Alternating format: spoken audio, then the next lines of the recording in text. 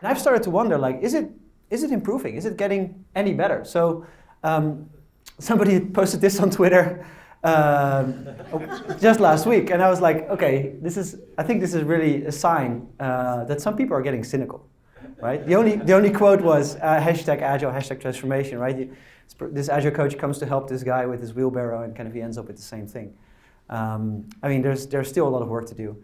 And I think one of the reasons why we're getting cynical, and the vast majority of people are getting cynical, is because we're often not talking about the same thing, right? We're just getting confused about what do we mean when we're talking about agile. Another example from a digital-first company, you might be sick of all the Spotify, Facebook examples, but here's the Airbnb example.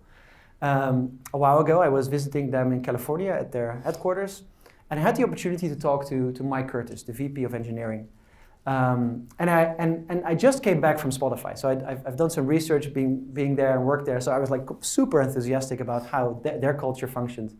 So I came to that company assuming like, oh, you must be doing probably similar things, right? So like the squads and stripes, and we have our we have all these sprints and the product owners. And I asked him like, what do you think about that? And he said, I was super surprised. He said, I hate all that stuff.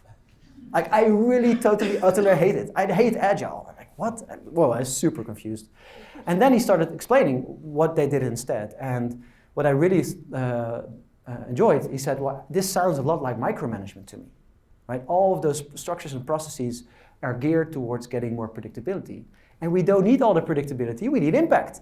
Right? Impact is more important than predictable outcomes, knowing what is going to be delivered by when at what cost. If you let go of that, and you just have highly empowered teams, highly capable teams, and you give them goals and a domain, they can just run without all of that stuff.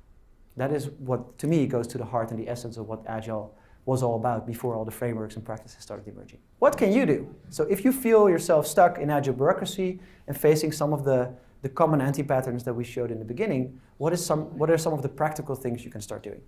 Let me take a look. First of all, don't blame the fish. Right? What do I mean with that? You all look very puzzled. So let me explain. Don't blame the fish. So often when I work with companies, I go talk to the teams. And the teams are like, oh, our leaders, our leaders. And they don't get what I do. They continuously come to us with new problems to solve, but they just don't get what I'm doing. And they never listen to all the things I asked them to do for us. Right? So if we would just have different leaders, I mean, our life would be improved. Then you go talk to the leaders. Guess what they're saying? Oh man, our people, we're not getting the results. They're not going fast enough. And I try to explain every time what we're trying to do, and they seem to be wasting their time. We probably just need new people, right? We need new talent. We need to hire new people because some of them, they will never get it, right? So, I mean, this is to a certain extent probably true, but there to a much larger extent, it's blaming the fish. It's blaming the people that are showing up every day to do their best work with the best intentions and tell them that they're doing it wrong.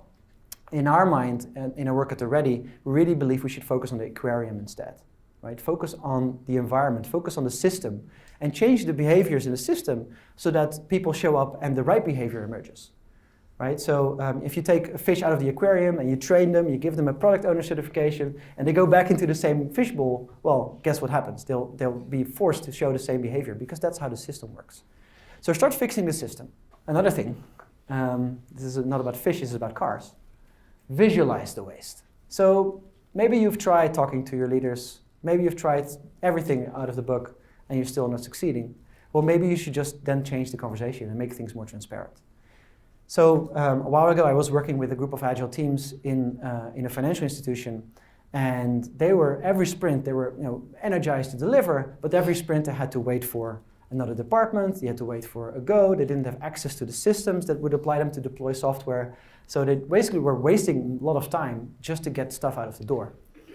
And one of the Scrum Masters was brilliant, and he said, well, you know what? Maybe we should start taking count and just counting the beans. And he started counting all the hours that people were wasting. Roughly, how many hours did we waste this time on waiting, on not being able to deliver? And what's our hourly rate? Well, let's talk about that. So he added that number, and every sprint review, we had stakeholders at the sprint review, he started showing like, you know what? This was maybe 10,000 euros. You know what we could have bought from 10,000 euros? A very nice old timer. And you know what we've actually done with that? We smashed it into a wall, right? So every time, and this started adding up. Like after a quarter, they wasted a beautiful brand new Ferrari, which they just smashed into a wall. Right? And this started to compound and compound. This became this kind of a joke. However, management took notice. They were like, ooh, that sounds painful. That sounds like something we don't want. And that's how they engaged with the conversation. So if you cannot change stuff, one thing that is in your influence is how you present the waste and how you actually try to get attention. This was one of the fun ways, and there are many other ways. So first of all, the big, powerful question is, what is stopping you from doing the best work of your life? It's a powerful question. I want this question to be asked and answered more and more and more. And especially if you have to work with leaders that are not ready to change or not ready to adopt agile practices.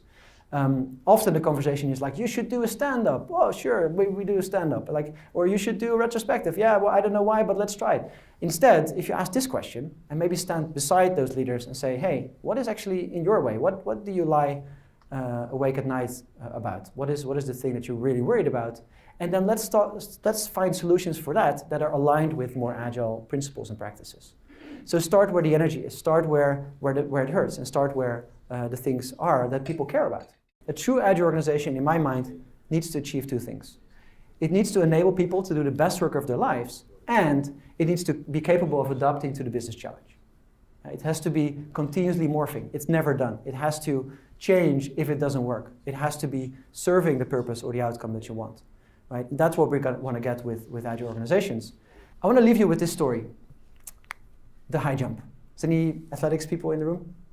People tried it? Yeah? Have you ever tried this way of high jumping? No. I would never try it. Like it sounds very risky to me. But this is how people did it for decades. Maybe, I don't know, maybe over centuries. Like this was the high jump, the only way to do a high jump. Until, in the 60s, Dick Fosbury came along. And his trainer said, you shouldn't do that. Like it doesn't work. Like it's, no. He tried to talk them out of it. And then in 1968, he went and won the gold medal and broke the world record.